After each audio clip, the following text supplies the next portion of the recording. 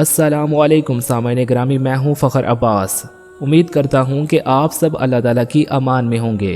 सामईन ग्रामी, माह शोबान जो माह रमज़ान के बाद मुक़द्दस तरीन महीना है, इस महीने में एक दिन ऐसा भी होता है कि जिसमें इंसान की तकदीर लिखी जाती है, और वो 15 शोबान की रात यानी शब बारात है। हदीस पाक में आता है कि इस रात को पूरे साल के लिए रिस्क, मौत और बाकी हिसाब किताब लिखा जाता है।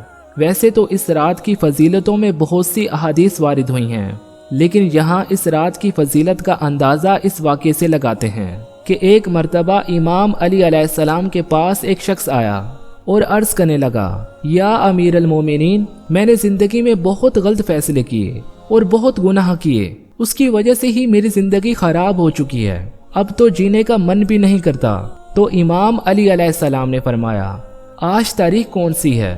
तो उसने कहा, या अमीर अल मोमिनीन, आज 15 शुबान की रात है। तो इमाम अली अलैहिस्सलाम ने फरमाया, ऐ शख्स, मैंने अल्लाह के रसूल सल्लल्लाहु अलैहि वसल्लम से सुना कि इस रात अल्लाह ताला इंसान के पूरे साल के फैसले जो लोहे महफूज पर लिखे होते हैं, अगर एक इंसान के अमाल पहले से बेहतर हो चुके हैं तो अल्लाह ताला उस इंसान की तकदीर बदला देता है। कितना रिस्क मिलना है, किससे शादी होनी है, कामयाबी मिलनी है या नाकामी, जो जो बातें लोहे महफूज पर तहरीर होती हैं, फरिश्ते उनमें तरमीम करते हैं। तभी जरूरी है कि इस रात को बेदारी इख्तियार की जाए और बेदार हो के अल्लाह ताला की इबादत की जाए, ताकि अल्लाह ताला राजी हो के इंसान की तकदीर को बदल दे। तो फिर वो शख्स रोने लगा और रोकर कहने लगा, या अमीर अल मोमिनीन, गुज़िश्ता जिंदगी में सवाए नुकसानात के कुछ नहीं देखा। कदम कदम पर मैंने सिर्फ गलत फैसले किए और ना ही अल्लाह ताला की इबादत की।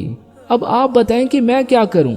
तो इमाम अली अलैहिस्सलाम ने फरमाया, तुम आज नमाज इशा के बाद किसी से भी बात किए बगैर 108 मरतबा सूरह फातिहा और 108 मरतबा सूरह नसर पढ़ के अपने खालिक से अपने गुनाहों की मुआफ़ी के साथ साथ हर वो चीज मांगो जो तुम अपने लिए चाहते हो, भले ही वो तुम्हारी तकदीर में हो या नहीं। अल्लाह ताला तुम्हें इस रात के सदके जरूर अता करेगा।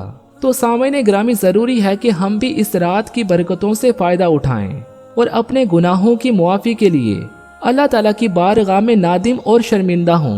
बेशक इसी में ही हम सब की भलाई है। तो दुआ है कि अल्लाह ताला इस रात के सदके से हम सब के गुनाहों को मुआफ़ फरमाएं और हम सबको अपनी हिफ्ज़ो अमान में रखें। आमीन।